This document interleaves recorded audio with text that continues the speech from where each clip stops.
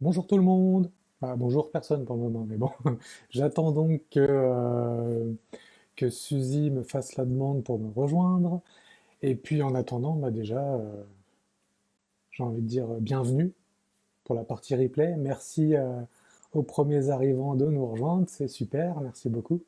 Donc comme je disais, on attend que Suzy arrive, qu'elle me fasse la demande.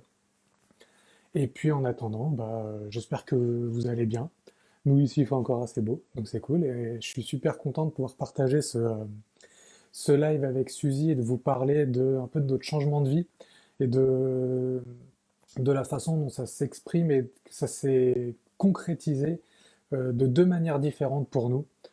Et donc voilà. Donc, merci à vous de nous rejoindre. Alors, du coup, je vois toujours pas d'invitation. Est-ce que je vais l'inviter moi peut-être?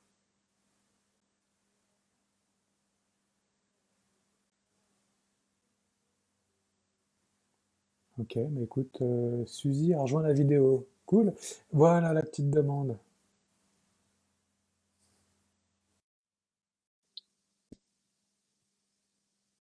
Donc normalement, ça devrait être bon.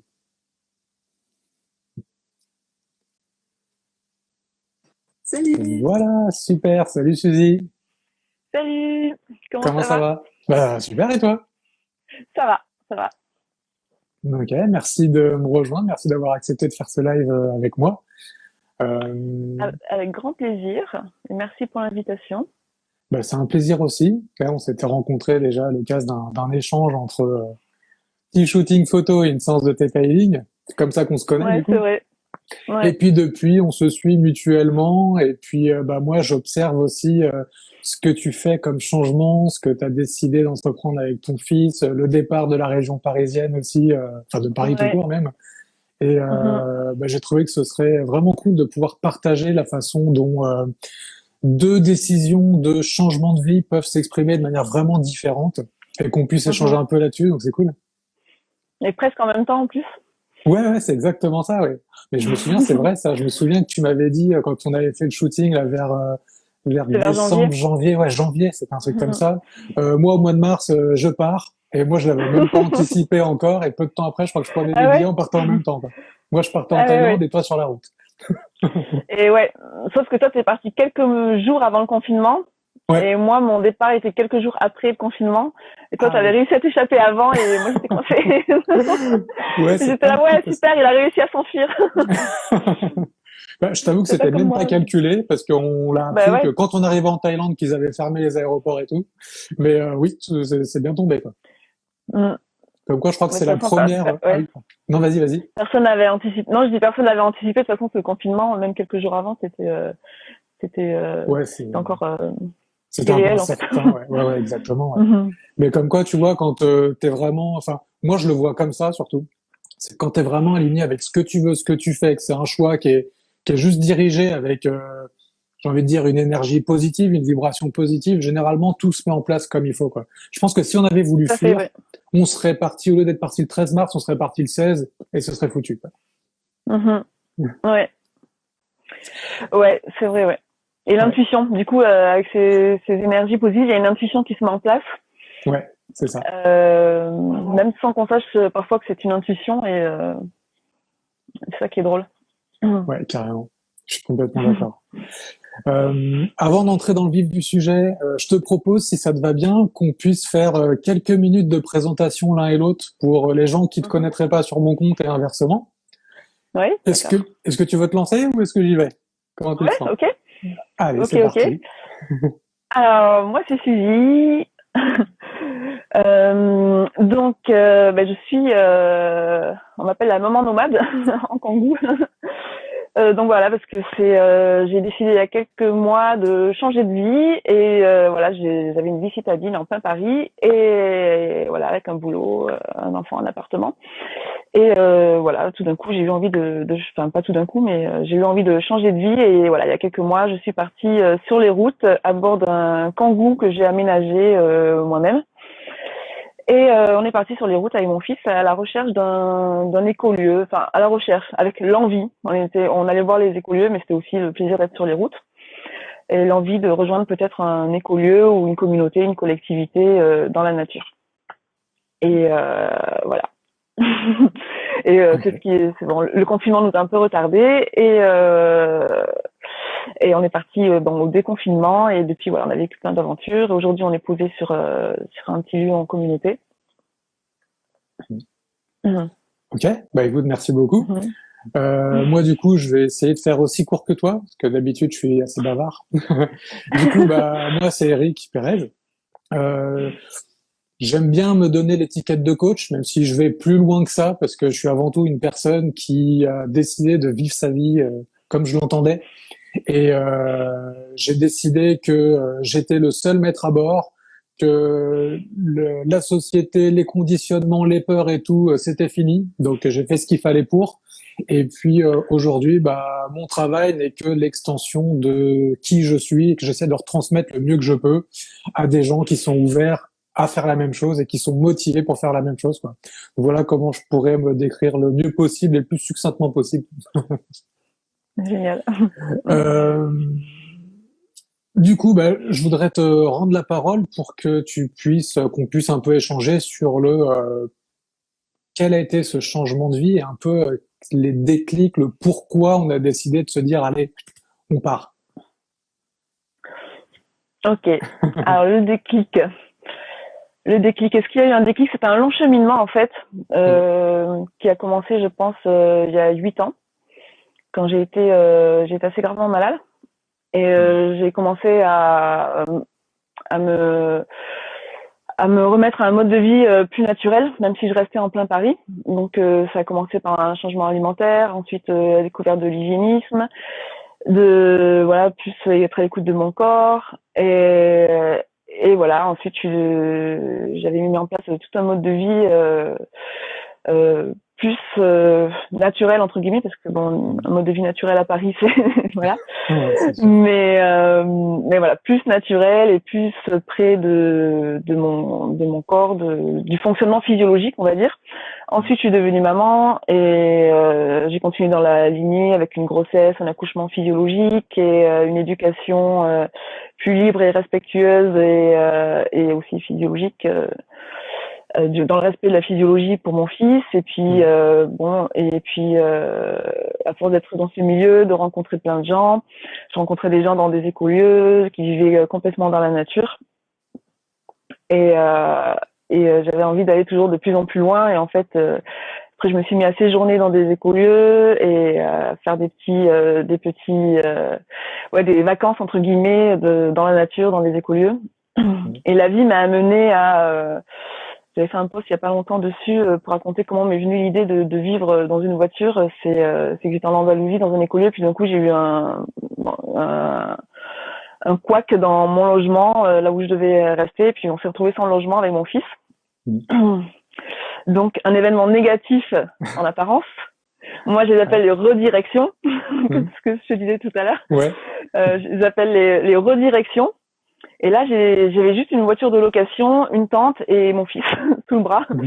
Et donc j'aurais pu me dire bon ben on rentre à Paris ou alors on se cherche un hôtel, un Airbnb. Et moi je me suis dit allez soyons fous, vivons l'aventure jusqu'au bout. On va planter la tente sur des plages, dans la nature comme ça. Et j'ai adoré. Je me suis dit mais ce serait ouf de vivre comme ça dans une voiture et de l'aménager un minimum et de vivre comme ça, ouvrir les portes de la voiture, être déjà être chez soi Mm. partout dans la nature, ouvrir les portes et être voilà. Aujourd'hui mon chez moi c'est une plage, je me lève, j'ouvre les yeux, j'ouvre la tente ou j'ouvre la porte de la voiture et voilà, ça y est, je suis déjà sur la plage, il y a encore Mm. personne, le jour se lève, je vais me baigner et je trouvais ça absolument génial. Et je suis rentrée à Paris avec cette petite idée dans la tête. Et mais je gardais mon plan premier qui était de rejoindre un écolieu Mm. et donc en Andalousie et là j'ai encore eu plein de redirections Mm. tous mes plans à chaque fois que je vais rejoindre un écolieu tous mes plans foirés et alors on a eu l'incendie on a eu enfin plein de trucs et mes plans foirés. Et à chaque fois que je me connectais à moi et je repensais à ce projet de vivre nomade dans une voiture, j'avais de la joie en moi. Hmm. Ouais. Et, euh, et je me disais, mais waouh, mais c'est ça que je dois faire en fait. Et, euh, et je me disais pas, bah, ça, je dois du coup abandonner mon projet d'écolier. Non, je peux marier les deux, je peux me lancer, être nomade et ensuite voir où ça me mène en fait. Si je dois le faire, enfin si j'ai tant de joie en moi quand j'y pense, Hmm. alors que c'était juste un petit projet dans un coin de ma tête et je me dis je le ferai un jour. Et puis là je me suis dit allez stop, on arrête tout. Voilà, je pose une date de départ et voilà, j'avais fixé au 23 mars au début. Et parce que j'avais une intuition aussi qu'il fallait quitter les villes et quitter Paris au printemps ou plus tard. Je sais pas pourquoi j'avais cette obsession et je disais aux gens faut que j'ai quitté Paris au printemps ou plus tard. Vu ce qui s'est passé au printemps, bah c'était C'était une belle intuition. voilà. C'est ouais, je n'aurais jamais imaginé, Hmm. mais ouais, finalement en fait, il n'avait pas écouté cette intuition et ce désir. Aujourd'hui, je vivrais toujours dans mon appartement parisien dans le béton et à chaque fois que je sortirais de la rue, je devrais mettre un masque. Hmm. Pour moi, c'est un cauchemar. Hein. Chacun le vit comme comme mais pour moi c'était le cauchemar absolu. Ouais. Je te comprends parce que moi, c'est un peu ce que j'ai vécu en rentrant de Thaïlande. Mais ce qui est vachement intéressant dans ce que tu dis, c'est que généralement, il n'y a pas vraiment un déclic. Alors, je pense que si, pour certains, ils se disent, oh, j'ai Mhm. l'illumination, c'est bon, il faut que je fasse ça, quoi. Mais c'est souvent le déclic, c'est plutôt un cheminement de petits déclics, de petites choses qui nous intéressent, Exactement. de Ouais. petites choses qui nous appellent, pour dire, bah voilà, je ferais bien ça, j'essaierais bien ça, j'irais bien tenter ce truc-là. Là, finalement, là où je suis, je me sens plus hyper à l'aise, et j'ai vraiment cet appel d'aller ailleurs. Et après, bah, il y a aussi les petites peurs, les petites angoisses qui reviennent en se disant ouais, mais si je pars et si je quitte tout et qu'est-ce qui va se passer et qu'est-ce qu'on va dire de moi? Est-ce que ça c'est peut-être une question qu'on abordera après, mais comment je fais au niveau de Mhm. l'argent? Parce qu'aujourd'hui, si je quitte tout et que je pars comme ça, comment je vis en fait? Puisque on en parlait un Mhm. petit peu juste tous les deux là, il y a pas très longtemps, mais aujourd'hui, il y a un truc sur lequel on peut pas beaucoup passer, enfin en tout cas pour la plupart d'entre nous pour le moment, c'est on doit acheter à boire et à manger. Alors c'est aberrant Mhm. parce que c'est des besoins vitaux, donc le besoin vital ne devrait pas être payant, mais les choses font que c'est comme ça aujourd'hui, quoi. Et Mhm. donc, avant de venir là-dessus, parce que moi, je m'éparpille bien, j'aime bien, euh, je, moi, de mon côté, ça a été un peu la même chose. C'était toute une série. En fait, il n'y a pas eu un déclic à un moment donné. Si peut-être le dernier, on Mhm. pourrait parler du déclic, mais le final, qui est vraiment l'aboutissement de tout le cheminement. Et pareil, moi, je suis passé par des problèmes de santé. Je suis passé aussi par le décès de ma mère Mhm. aussi, qui a commencé à me dire, et si la vie c'était autre chose que métro boulot dodo pendant 40 ans? Parce que bah, exemple type, c'est que elle n'est pas allée jusqu'au bout. Donc je me dis à quel moment elle a profité de sa vie, quoi. Et j'ai Mhm. ça qui m'a titillé. Du coup, j'ai eu des problèmes de santé aussi qui sont arrivés par-ci par-là.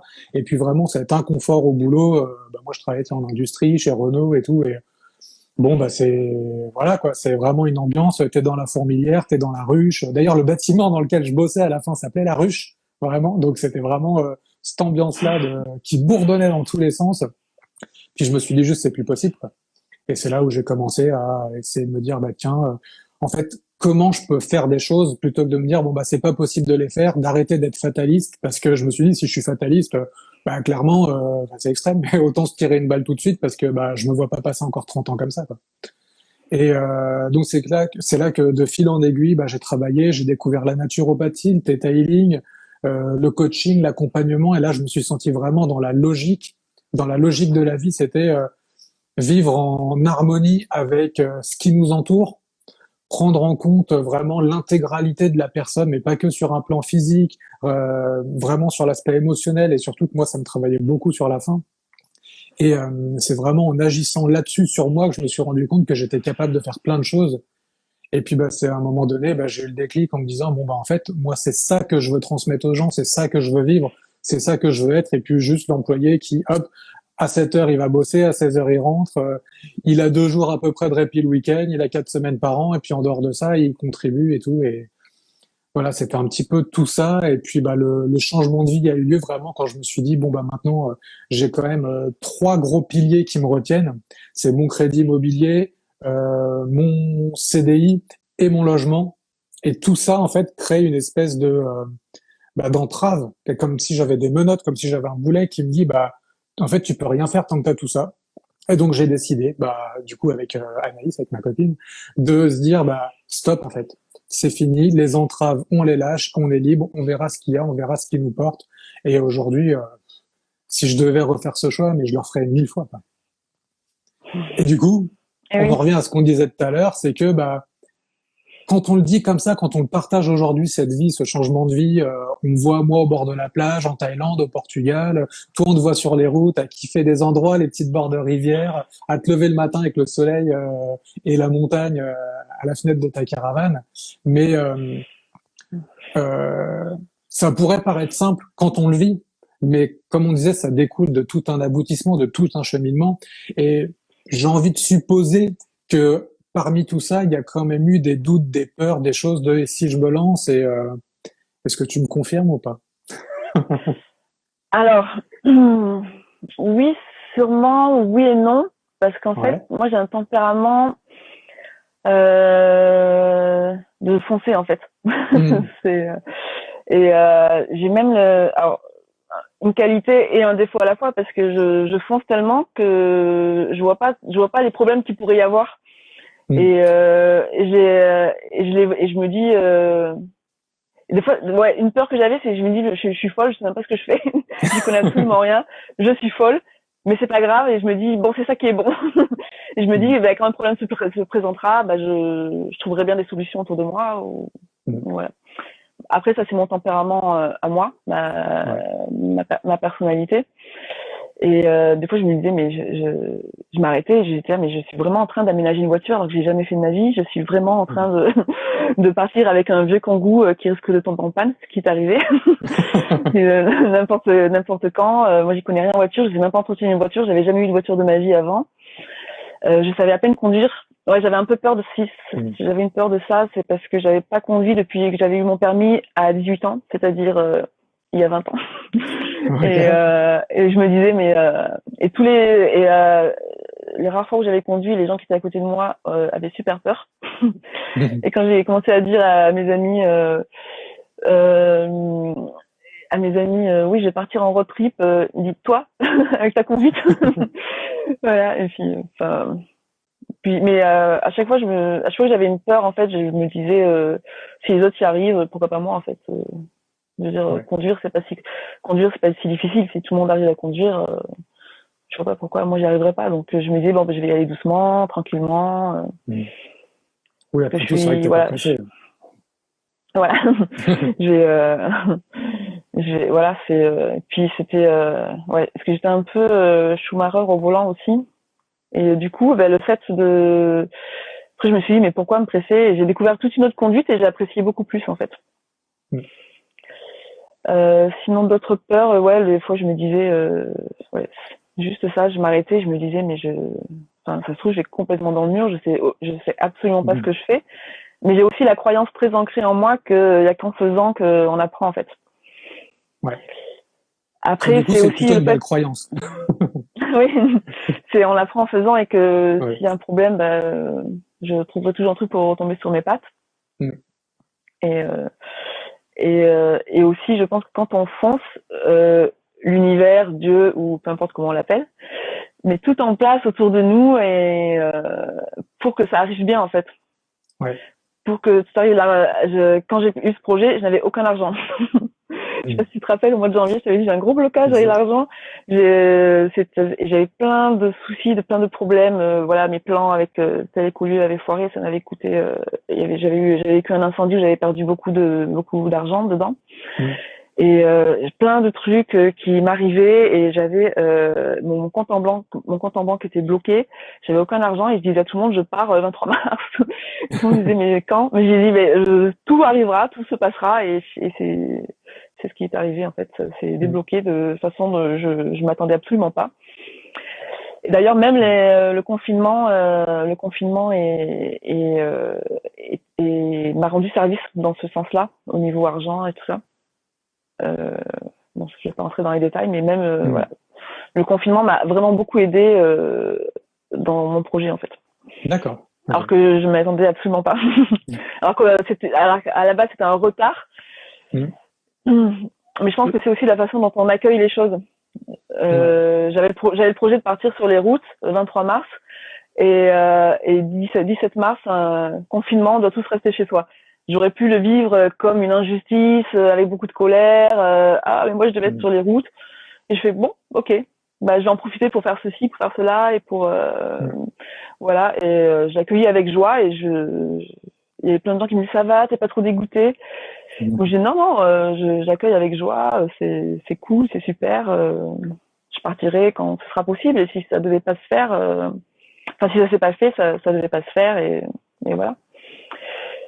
Exactement. Ouais. Ce qui est marrant, c'est que, enfin, ce qui est marrant, non, ce qui est vraiment super, c'est que tu parles j'ai une croyance qui fait que je suis convaincu que l'univers va subvenir à mes besoins en fonction de ce qui arrive.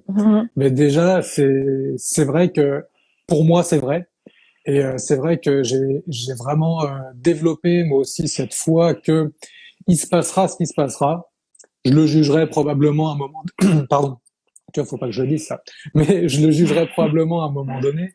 Mais j'ai vraiment cette confiance au-delà de la petite peur que ça peut évoquer ou de certaines choses que ça peut évoquer, que vraiment, en fait, le filet de sécurité, c'est un peu ça. Il se met en place que quand tu as déjà sauté, en fait, quoi. Et ça fait marrer les gens quand je dis ça, mais je reprends toujours cet exemple de Indiana Jones quand il va chercher le Graal. Alors je sais pas, pour ceux qui n'ont pas vu le film, bah allez le voir, tiens, ce sera cool. Mais sinon, pour ceux qui l'ont vu, bah, je spoil un peu la fin, mais c'est que quand il est au bord du précipice à la fin, le chemin il apparaît que quand il se jette dans le vide comme ça. Et c'est là, en fait, Ah oui, quand il se jette dans le vide que le chemin apparaît, quoi. D'ailleurs, sur un ah film oui, plus récent, il y d'accord. a un truc comme ça, exactement pareil. C'est dans, comment ça s'appelle? Ça s'appelle Divergente, je crois. Où au début du premier film, elle saute dans le vide parce que c'est l'épreuve pour intégrer là où elle doit aller, quoi. Et le but, c'est de sauter du haut d'un immeuble dans un trou avec un fond noir, et puis c'est de sauter, quoi. Et c'est là où justement elle saute dans le vide et le filet apparaît que quand elle a passé la partie noire. Donc il faut vraiment, Mhm, euh, on pourrait se dire que c'est que des fictions, mais aujourd'hui, euh, moi j'expérimente la vie vraiment comme ça et c'est comme ça que je le vois chez les personnes que j'accompagne et chez les amis que je côtoie. C'est vraiment, on se jette dans le vide, on y va en ayant la foi qu'il se passera des choses bonnes pour nous, quoi. Et en plus, mhm, comme tu le disais, bah, je pars en voiture, ça fait 20 ans que j'ai pas conduit, je retape un Kangoo, je l'ai jamais fait. Mais c'est vraiment quand on est confronté aux situations qu'on se rend compte qu'on est capable de le faire en fait.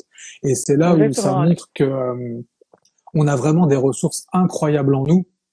Et si on Mhm, attend de se rendre compte qu'on les a, bah, globalement on se confronte pas à la situation, donc on se rend pas compte. Et il y a que en y allant qu'on se rend compte que bah on est capable de faire face à une perte d'emploi, à un divorce, à un décès dans la exactement. Ouais. famille, à un changement de situation complet. Et après oui, si on le prend avec la peur, avec le ah ça me tombe dessus, oh là là, bah là c'est là que oui on tombe dans la maladie, la dépression et tout.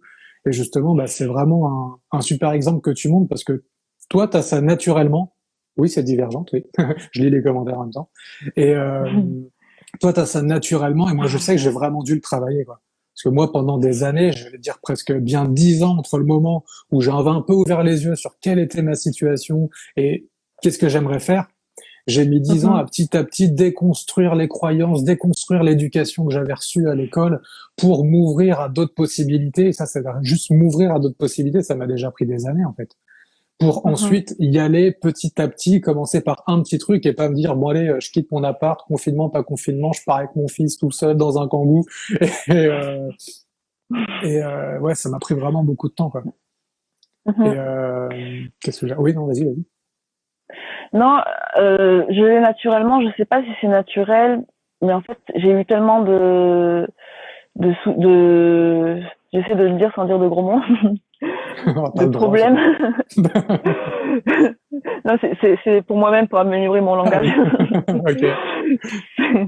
J'ai eu tellement de redirection, non de merde. J'ai tellement eu de merde et de problèmes et de problèmes dans ma vie en fait, et que finalement j'ai vu que c'était une redirection, que ça m'a amené mes problèmes de santé graves en 2012, ça m'a amené à avoir un mode de vie beaucoup plus sain par la suite, et je les remercie aujourd'hui. Et en fait, j'ai eu tellement de coups durs dans ma vie que j'ai vu que voilà, on n'en meurt pas en fait. Et puis même si on en meurt, je suis déjà morte plusieurs fois, comme je dis Ouais. avec les autres vies. Enfin bref, c'est pas grave. Et puis et puis des fois aussi pour me rassurer, je me dis qu'est-ce qui peut m'arriver de pire. Mhm. C'est marrant que tu dises ça parce que Qu'est-ce la qui peut première m'arriver de pire. hypnothérapeute que j'avais vue, elle m'a dit, tu sais, souvent il t'arrive une merde puis une autre, et puis tu te demandes qu'est-ce qui peut t'arriver de pire. Et moi, elle m'a dit, si tu poses la question, fais gaffe parce que tu risques d'avoir la réponse. Et Ouais, mais du coup, elle m'a dit plutôt, demande-toi qu'est-ce que tu peut t'arriver de mieux. ouais, mais moi Mais ouais. Puis finalement, même si tu vas dans le pire, si tu vas dans le pire, enfin, au pire, qu'est-ce qui peut ouais. m'arriver? Je vais mourir, ben c'est pas grave. Hein, Mm. la mort, c'est pas, enfin, voilà, Mm. c'est pas, c'est pas que c'est pas grave. En fait, c'est ni grave ni pas grave. En fait, c'est juste la vie, le chemin. En fait, Mm. Ouais.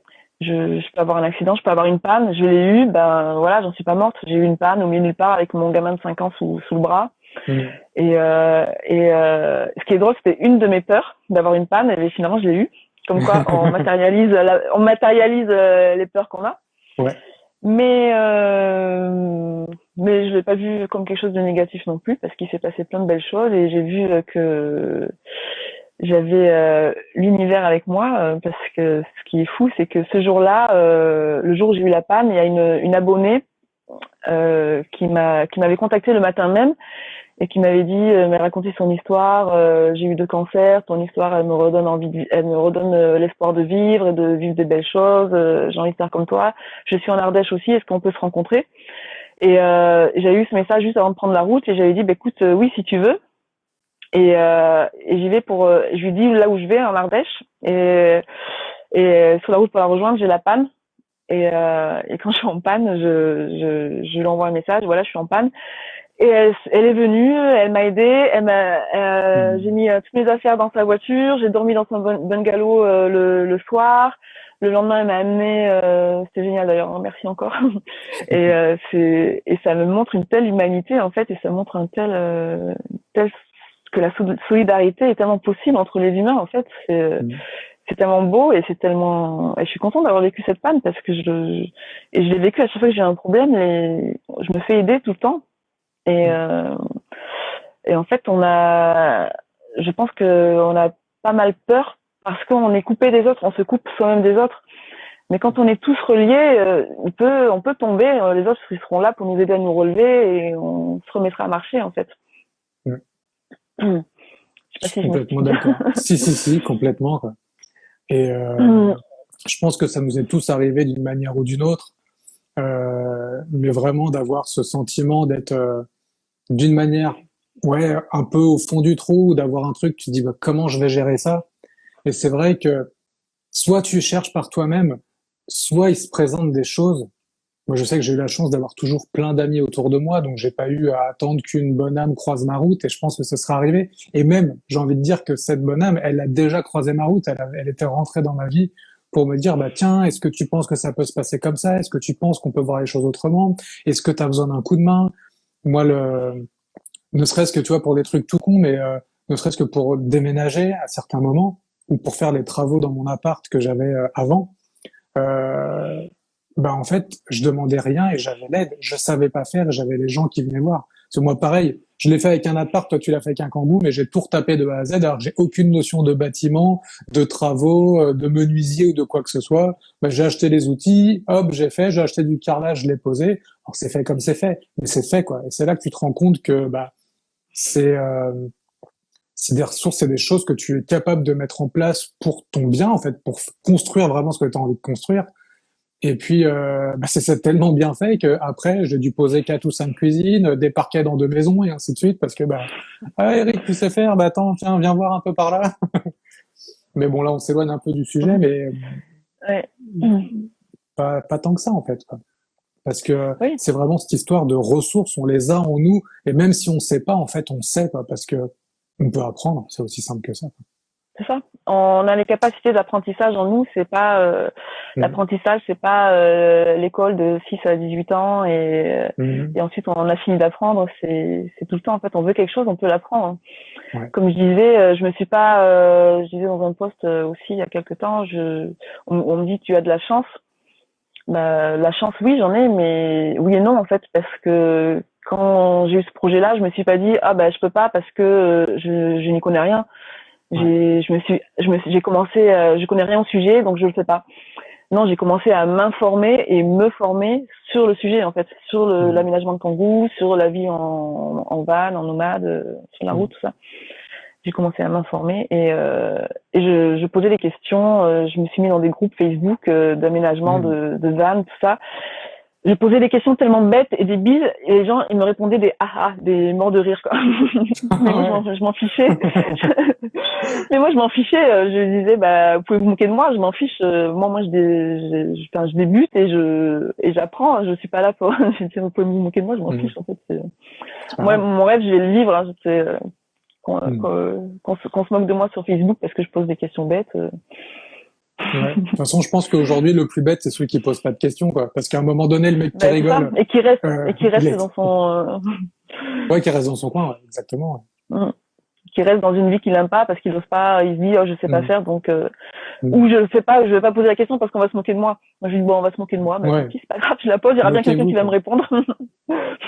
Après, parfois, il y a aussi ce truc de je pose pas la question parce que si j'ai la réponse, du coup, je suis pas obligé de faire. Alors que là, j'ai toujours l'excuse de je sais pas, donc en attendant, je vais bosser, je reviens.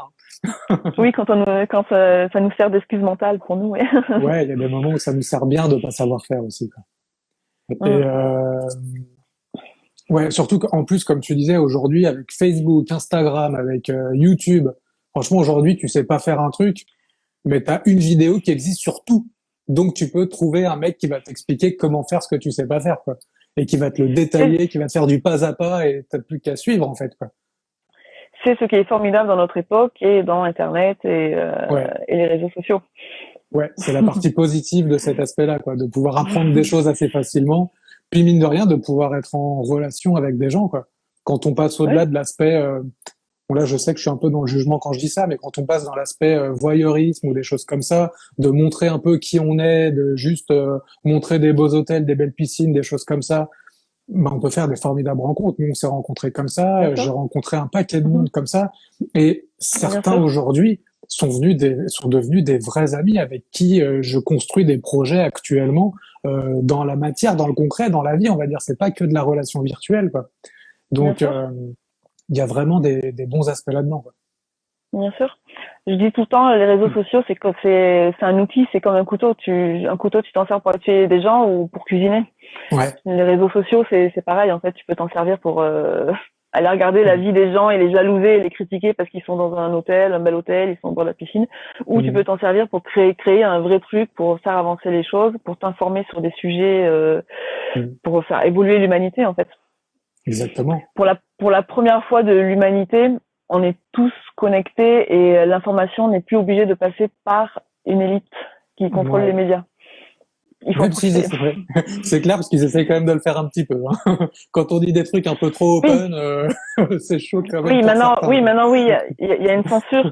Mais par exemple moi, par exemple, ou toi, où j'aurais voulu partager sur ma vie en Kangoo, j'aurais dû appeler La Dépêche, Le Monde, pour ou un éditeur, écrire un livre et appeler un éditeur. Et mon histoire aurait été connue uniquement si j'ai eu l'aval de ces gens-là. Alors qu'aujourd'hui, je peux le faire, je peux partager ce que j'ai envie, que ce soit bon ou mauvais. On peut partager ce qu'on a envie. Chaque personne a une voix. C'est vrai qu'on a comme cette liberté. Il y a de la censure et. Ouais, mais je pense qu'il faut pas trop s'en préoccuper, quoi. Ça, c'est un peu comme si tu essaies de diriger ta vie en regardant ce qui se fait uniquement dans les médias. Du coup, tu fais rien parce qu'on te fait peur de partout. On te dit que c'est pas possible et ainsi de suite. Si tu commences à te censurer toi-même par peur de la censure, et si ça doit arriver, bah, qu'il me censure, j'ai envie de dire, à un moment donné, tant pis, mais déjà, faut partir du principe qu'on a quand même cette liberté d'expression et que, bah, on peut dire ce qu'on veut. Enfin, en tout cas, la parole aujourd'hui fait de mal à personne, quoi. Si ça fait du mal, c'est que la personne a décidé que ça lui ferait du mal ou a accepté d'une manière ou d'une autre que, bah, voilà. Donc, bon, je pense, il y a la censure, mais on a vu quelqu'un dans le miroir là-bas. Salut. Coucou. Et Mm.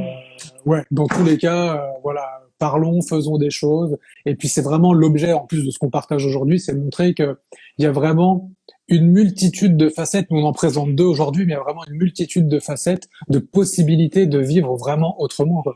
Et d'ailleurs, Bien c'est sûr, ça ouais. que je voulais te demander parce que je pense que ça peut intéresser beaucoup de gens, dont moi. Parce que on a quand même un projet à plus ou moins long terme de faire des enfants avec Anaïs. Et moi aujourd'hui, je travaille avec des gens en leur disant, écoute, ce qu'on t'a appris à l'école, c'est quand même des croyances qui vont pas te servir. Ce système d'éducation, il est valable, ok, mais peut-être pas pour tout le monde, peut-être pas dans tous les cas, et c'est compliqué, et c'est vraiment beaucoup de choses qui nous bloquent, moi le premier. Et aujourd'hui, j'ai pas envie de mettre mes enfants à l'école, clairement, quoi. Et je sais que toi, tu as un fils, et que tu ne le mets pas à l'école. Est-ce que tu peux nous en dire un petit peu plus comment ça se passe dans les grandes lignes, quoi? Alors oui, bien sûr. Alors donc j'ai décidé de ne pas le mettre à l'école et Mhm. comment ça se passe, comment je m'organise aujourd'hui ou les raisons du choix ou... Alors, un petit peu des deux, ouais. Bah, les raisons du choix, il y en a plein. Ouais. C'est un peu ce que tu viens de dire et je suis pas en accord avec les valeurs de la République, Mhm.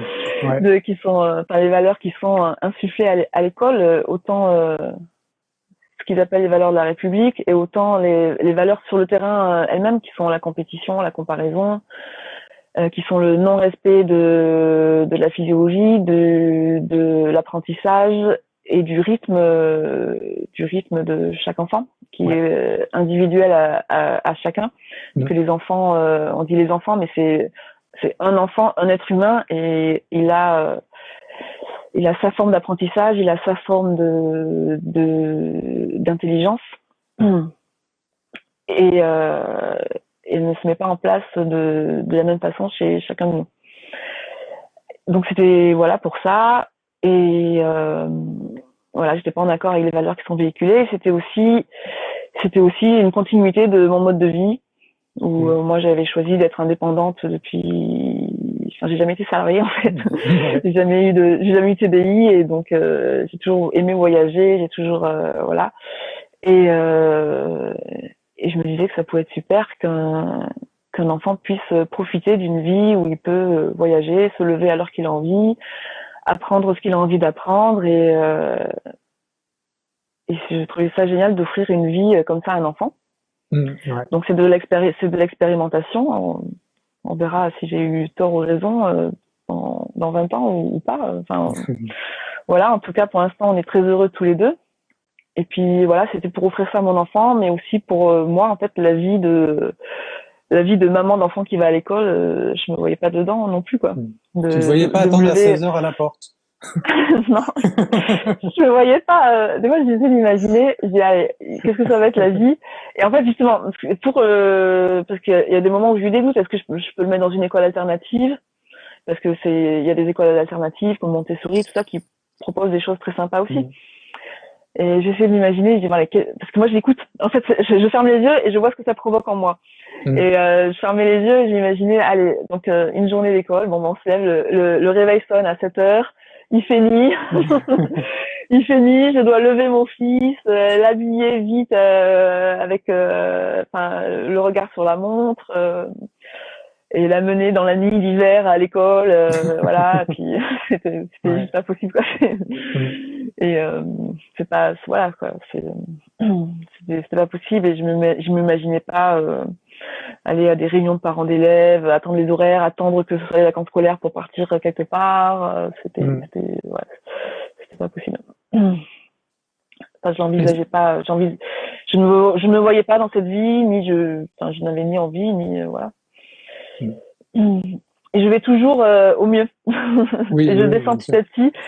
Si on peut pas faire au mieux, on va au moins pire, mais je vais toujours Mhm. au mieux. Si ça marche pas, si j'arrive pas, je trouverai une autre solution. Ouais.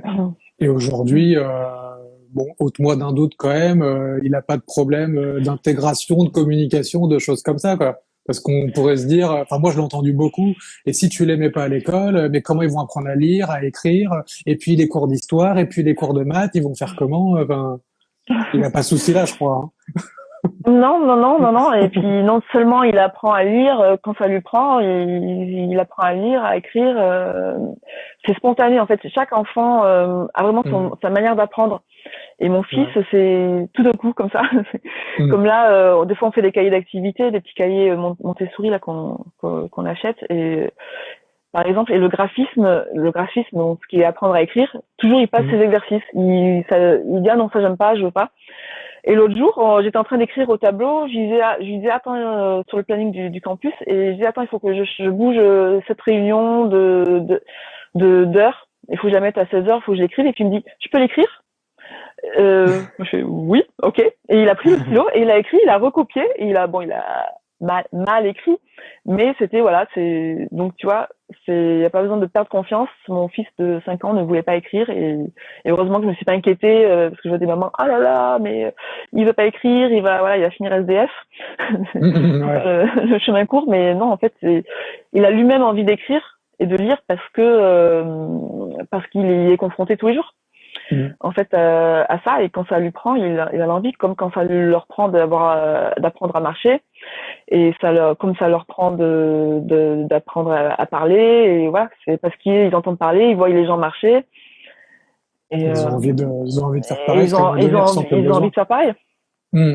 voilà parce qu'ils en ont envie ou Ouais. besoin ou les deux à un moment donné et ils le font Ouais. comme nous comme moi quand j'ai voulu aménager mon Kangoo ben j'ai appris Oui. et, c'est exactement ça en fait je me dis toujours je suis en unschooling aussi. Et parce que en fait, Mm. quand on en a envie ou besoin, ben, on apprend tout seul. Les neurosciences l'ont montré. Le cerveau est complètement prêt à l'apprentissage quand il y a l'envie ou le besoin, ou les deux en même temps. Oui. Ouais. Et, et on m'aurait donné un cours d'aménagement de Kangoo il y a 15 ans en arrière, quand mes seuls centres d'intérêt c'était autre chose. Je Mm. me serais ennuyée ferme dans le cours. Enfin, ça aurait été horrible pour moi, quoi, parce Et que je en n'en avais plus, ni l'envie ni ah le oui, besoin. pardon. Ouais, et en plus, tu te serais même dit, en fait, je suis incapable de faire ça, je suis complètement nul. Et donc, ça se trouve Mhm. que si tu avais eu ce Et le, projet, tu aurais dit, bah, non, en fait, je peux pas le faire parce que je me souviens que dans les cours, j'étais complètement nul. Donc, ouais, voilà, c'est il ça. faut de l'aide, il faut que je C'est ça. paye quelqu'un, mais j'ai pas les moyens. Donc, bah, bon, on abandonne le projet, quoi. Moi, c'est clair, j'ai eu Mhm. ce genre de réflexion pour plein de choses. Et puis, il y a pas longtemps, j'ai une personne aussi qui m'a dit, mais en fait, moi, je suis nul, j'apprends pas vite, ça a toujours été comme ça à l'école et tout. Puis tu vas creuser un peu et tu te dis, mais attends, quand tu fais telle chose, ça pose pas de problème, t'apprends. Tu y vas, tu te Mhm. gourres, tu recommences, et donc tout le reste, tu serais nul, quoi. Je fais, mais c'est quoi le niveau d'intérêt qu'il y a là-dedans, quoi? Bah, en fait, moi, la cuisine, j'adore. Par contre, la comptabilité sur le logiciel du boulot, bah voilà, il est là le Mhm. truc, en fait. C'est que personne est nul, en fait, pour apprendre. C'est ce que ça t'intéresse, comme tu disais, Non. est-ce que tu as envie, est-ce que ça t'intéresse, quoi? Et c'est ça qui est Mhm. rassurant du coup avec les enfants aussi, c'est que bah en plus eux déjà encore plus que nous, vu qu'ils sont tout vierges, bah c'est des éponges à apprentissage. Mais alors Mhm. je sais pas si ton fils a appris à lire aussi ou pas, mais bah, quand le besoin se fait, il se met à fond dedans et puis bah, voilà, il n'y a pas besoin Mhm. d'attendre le mardi de 8h à 9h, d'avoir le bon prof, Exactement, ouais. d'avoir le bon horaire et puis ça c'est ouais, donc ça c'est top C'est quoi. ça. Et je dis souvent aussi, c'est pour enlever les limites de l'école, parce que si tu as envie d'apprendre un sujet qui te passionne, par exemple, l'enfant qui il est à fond dans l'apprentissage de la lecture, puisqu'on Mmh. parle de ça, et si la lecture c'est le mardi de 8h à 9h, et qu'il a envie de continuer, et ben il peut pas, il doit passer aux maths. Ouais. Et donc en fait, alors que non en fait, ou même s'il adore l'école, il adore apprendre toutes les matières de l'école, bah à 17h ça doit s'arrêter. Alors que quand tu es Mmh. en unschooling, bah moi mes aménagements de Kangoo, bah je regardais sur internet à 22h quand mon fils dormait et je voyais pas l'heure passer parce que j'adorais ça et j'étais ah ouais, à Ouais. minuit, 1h du matin, il faut que j'éteigne et parce Mmh. que j'adorais ça et j'apprenais et j'avais besoin, ah oui, je pourrais faire ci, ah non, je pourrais faire ça et c'est Mmh. vivant en moi en fait. Ouais, ouais, ouais. Et du Et pour les enfants, c'est pareil, c'est vivant en eux, ils ont envie de le faire et voilà, mon fils, des fois c'est le matin en se levant, il veut déchiffrer, des fois c'est le soir à 22h, il y a pas, c'est quand la situation se présente en fait. mmh. Et du coup, il n'y a pas de problème de genre de caprice, de ci, de ça, parce que on peut se dire, bah, s'il fait ce qu'il veut, comme il veut, quand il veut, au final, moi, je dors jamais, je me repose. Bon, c'est souvent centré sur soi, hein, j'avoue. mais je me repose jamais. Et puis si j'ai envie qu'il mange ou qu'il aille prendre le bain ou faire ci ou ça, en gros, bah c'est l'anarchie quoi. Comment on éduque un enfant si on le laisse faire tout ce qu'il veut quoi. Bah, en fait, ne pas aller à l'école, ça veut pas dire qu'on fait tout ce qu'on veut quand on veut. Mm. Voilà, il vit dans une famille, enfin une petite famille, on est Ouais. deux, mais voilà, ça veut pas dire qu'il va me marcher sur la tête. Ouais. Je vais le laisser. En fait, on a nos propres règles qu'on a instaurées ensemble. C'est, ouais. Après, c'est se respecter. Je sais pas comment expliquer. Attends, C'est qu'en fait, il y a pas c'est une règle. un respect. Ouais, Voilà. d'accord. C'est un respect de chacun. Il n'y a pas les trucs.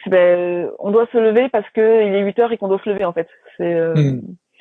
Ouais. Tu vois ce que je veux dire? On se lève parce qu'on a assez dormi et parce que moi j'ai assez dormi. Mais par exemple, si lui il va se réveiller à 7 heures, ce qui n'arrive jamais, et que moi j'ai envie de dormir plus, je vais essayer de faire entendre mon besoin. Tu vois ce que je veux dire? C'est selon les Ouais. besoins de chacun.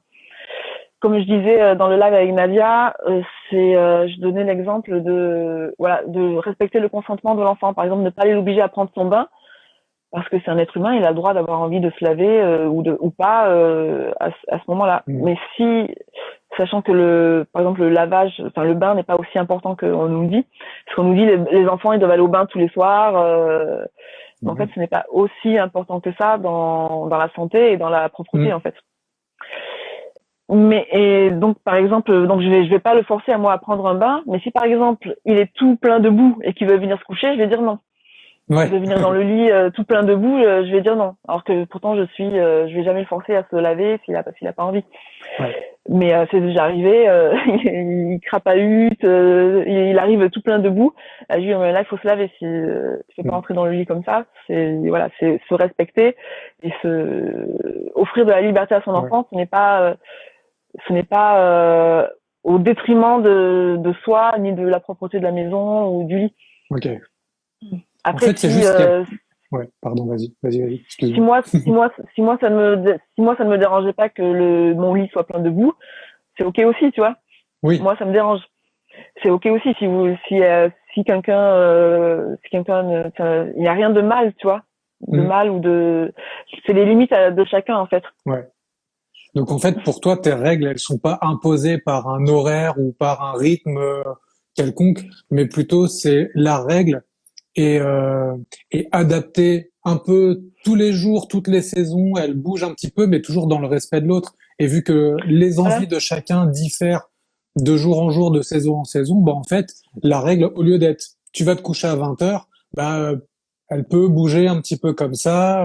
Et puis Bien en sûr, fait, tout est flexible du moment qu'on respecte l'autre avec qui on vit ou les autres, et puis les envies de chacun en fait. Bien sûr, ouais. C'est ça plutôt quoi.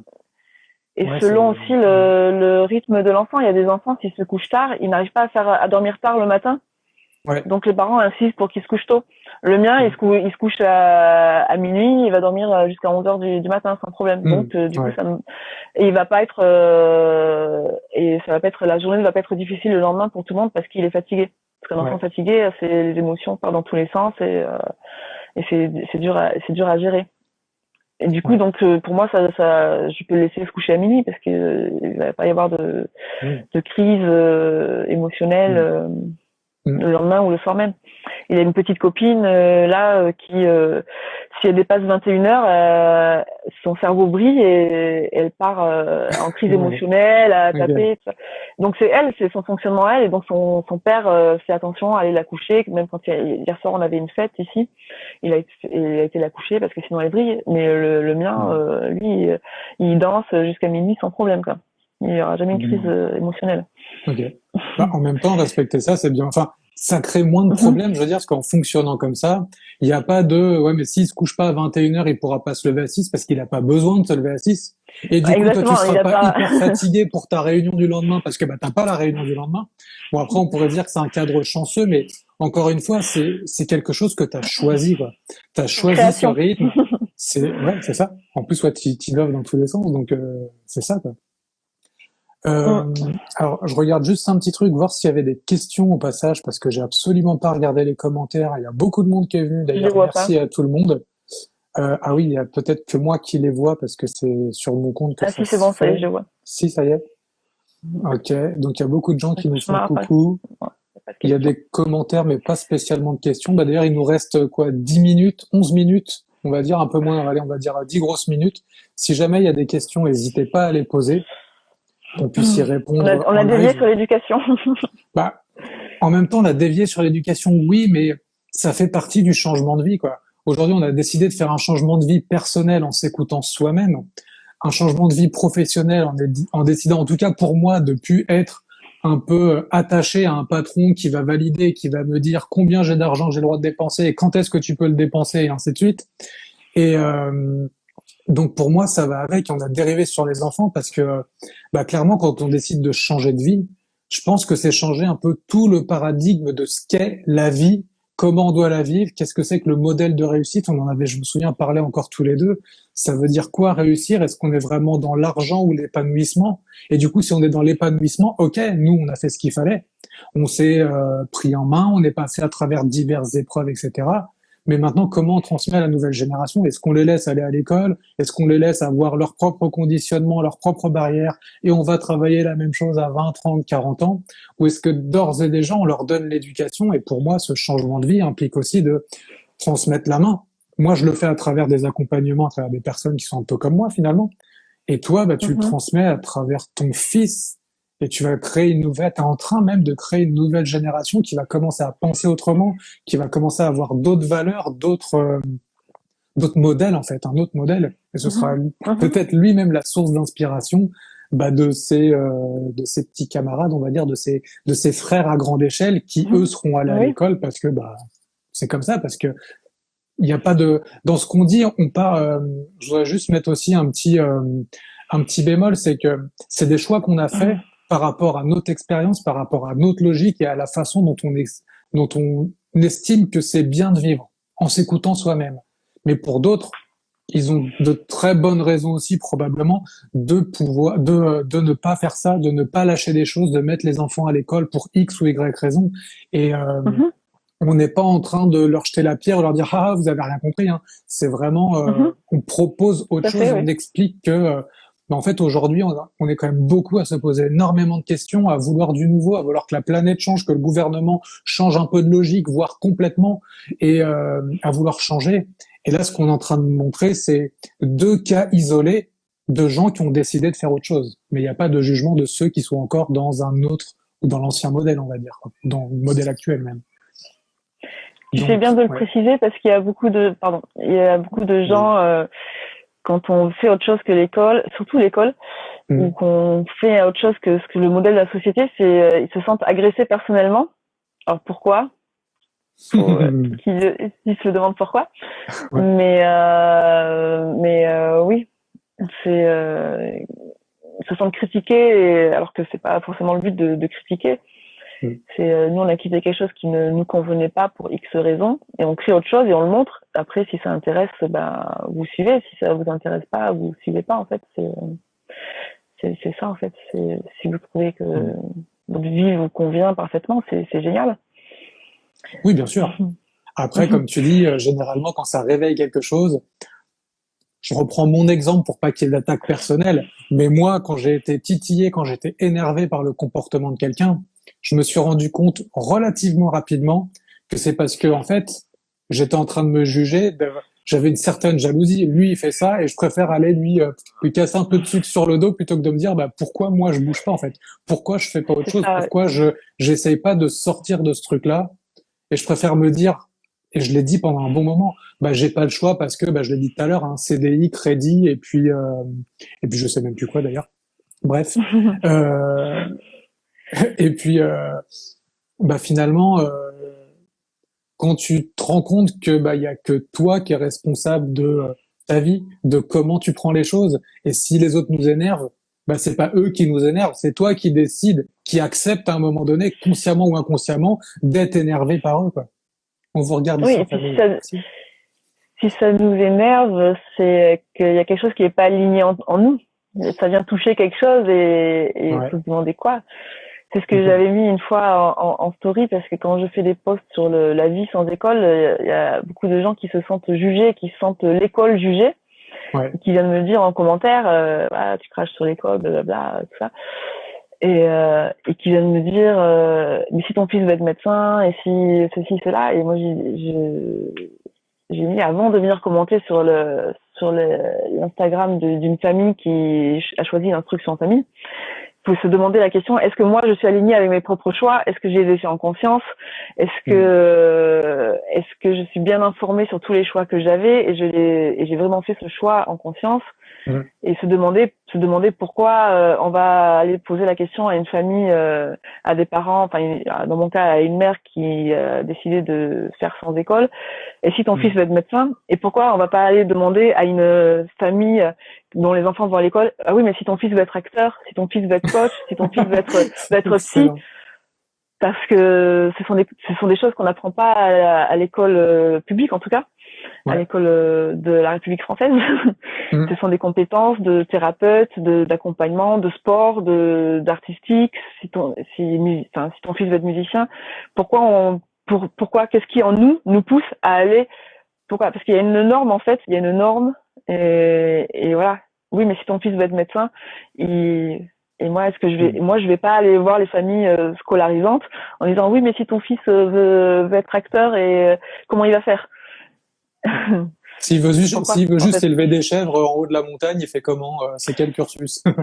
Ça Ouais, se fait voilà, pas, c'est ouais. ça. Et pourquoi moi je le fais pas et pourquoi on se sent obligé d'aller le faire sur le compte d'une famille non scolarisante? Ouais. Qu'est-ce qui en nous pousse à le faire? C'est la question. J'ai pas de jugement là-dessus. C'est juste j'invite les gens à se poser la question qu'est-ce qui Ouais, en bien nous sûr. pousse? D'où vient ce besoin-là d'aller D'aller remettre en question les choix des autres plutôt que, voilà. voilà. Mais, Alors que ouais. quelqu'un va dire parce qu'en fait ça a été le cas de toutes les mamans instagrammeuses, blogueuses, tout ça au moment de la rentrée. Mhm. Qui ont choisi l'instruction famille. Voilà, nous, on n'a pas de rentrée, c'est la non-rentrée, ça. Et beaucoup de mamans se sont fait lyncher. Et j'étais là, ah ouais, waouh. C'est là que je me suis dit, bon, il va falloir que je lance une série de posts sur l'école de la vie. Ouais. Parce que c'est marrant. Nous, on va pas lyncher les gens scolarisants. C'est marrant. Puis finalement, en se renseignant un petit peu, on se rend compte que ça se fait beaucoup et que c'est pas d'aujourd'hui. Je vais juste donner la référence, et c'est toi qui me l'avais donné, mais de ce film documentaire Être et devenir, qui montre le parcours de plein d'enfants non scolarisés qui ont été en unschooling, donc pas à l'école du tout, ni d'école alternative, ni d'école normale, et de montrer leur parcours et de montrer aussi qu'il y a des gens comme toi qui ont décidé de partir tout seuls avec leur caravane et leurs enfants, qu'il y avait des gens qui avaient décidé d'adapter leur rythme de vie normal alors qu'ils ont un boulot standard, qui sont vraiment dans le modèle actuel, mais qui ont décidé quand même d'adapter un petit peu leurs horaires, de se mettre en accord avec leur femme, leur mari, pour pouvoir offrir la possibilité à leurs enfants d'apprendre différemment de ce que eux l'ont fait. Et il montre très clairement là-dedans que, à un moment donné, l'enfant a un besoin, tu sais y répondre, tu y réponds. S'il a un autre besoin, comme par exemple de devenir médecin, bah, en gros, il reste quoi? De l'inscrire dans une école. Et d'ailleurs, ce qui montre dans ce reportage, c'est que les plus grosses réussites à Harvard, donc quand même l'université tip-top des États-Unis, c'est des enfants issus de unschooling qui, à un moment donné, ont un besoin d'aller dans cette direction, d'aller à l'école standard pour pouvoir apprendre quelque chose, pour faire ce dont ils rêvent. Et c'est eux qui Mhm, ont obtenu les meilleurs résultats, bizarrement, quoi. Donc ça veut dire que bah, mhm, ça reste possible. Et si du coup, bah, ton fils veut être médecin, bah, il ira à l'école de médecine, il fera ce qu'il faut. Mais bien c'est sûr, parce que ce sera bien lui sûr. qui l'aura décidé et que ce sera pas une option la plus rentable possible d'après les cursus Mhm. proposés à l'école, quoi. Alors du coup, il nous reste Oui, et une puis minute 20. Donc vas-y, je te laisse rebondir là-dessus. non, en fait, je voulais juste ajouter que quand on dit Ouais, vivre sans école, ça veut pas dire ne jamais se former nulle part, en fait. C'est juste l'école standard où on apprend aller les matières où on n'a pas le choix, en fait. oui, C'est ça de vivre sans école. Après, ça n'empêche pas d'aller faire une formation de médecin à 18 ans. Si on fait une université de médecine, ça veut pas dire qu'on va à l'école, on a choisi un cursus de médecine ou si on s'inscrit à un cours de théâtre, ça veut pas dire qu'on n'est plus en unschooling ou quoi. Ça veut pas dire ne jamais prendre de cours. C'est juste ouais. prendre des les cours, mais dans ce qui nous plaît à nous, et pas aller subir entre guillemets cours de français, histoire, géo, etc., etc. Ouais, voilà. Alors que physique, chimie, je sais pas quoi, moi j'en avais rien à foutre à l'école, Clairement. et dans ma vie d'aujourd'hui, je m'en suis jamais servi. Ouais. Et si j'avais besoin d'une notion de chimie, ben, j'irais l'apprendre. Si Voilà, j'avais besoin exactement. d'une notion de chimie pour faire un aménagement ou quoi que ce Ouais. soit, j'irais l'apprendre. Exactement. En tout cas, Ça va couper tout seul, c'est ça? il nous reste 15 secondes, donc ça va couper tout seul. J'ai envie de dire merci à tout D'accord. le monde d'être venu. Merci à tout Merci le beaucoup, monde. Suzy, à Merci toi Eric. de t'être prêté au jeu. Merci d'être Il fait nuit. venu. Et puis, bah voilà. Donc, je te souhaite une très belle nuit. Merci pour tout. Et puis, à très bientôt.